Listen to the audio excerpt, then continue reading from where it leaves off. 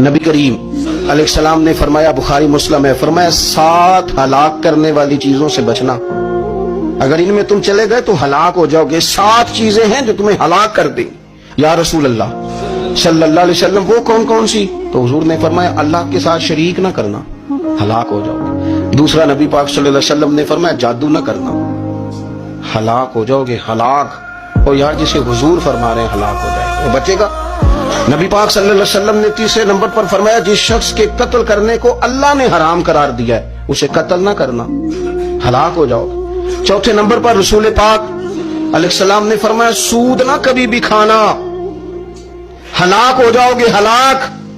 بڑی بڑی دلیلیں دی بینک والوں نے، بڑا سمجھایا تو حاجی صاحب مان گئے، محترم مان گئے، کہنے لگے نہیں جی نہیں وہ کاروبار میں لگاتے ہیں، بڑے بھولے والے ہیں، پتہ سارا ہے۔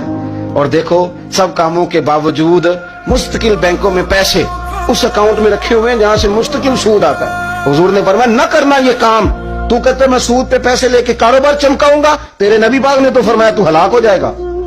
تو کہتا ہے میں میل لگاؤں گا، حضور نے تو فرمایا ہلاکت ہے۔ تو کہتا ہے میں بڑا کچھ کر جاؤں گا تو ہلاکت ہے۔ اچھی طرح سمجھ لیں، اصل مال بھی ضائع ہو جاتا ہے اس بندے کا جو سود کا مال ملا لیتا ہے، اصل برکت بھی اڑ جاتی۔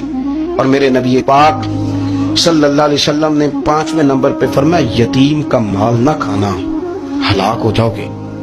اور پھر 6 نمبر پر نبی پاک علیہ السلام نے فرمایا کفر سے جہاد ہو رہا ہو تو کبھی پیٹ پھیر کے بھاگنا نہ، ہلاک ہو جاؤ گے۔ اور 7ویں نمبر پر اللہ کے رسول نے فرمایا بے قصور اور بے گناہ عورت پر تہمت نہ لگانا۔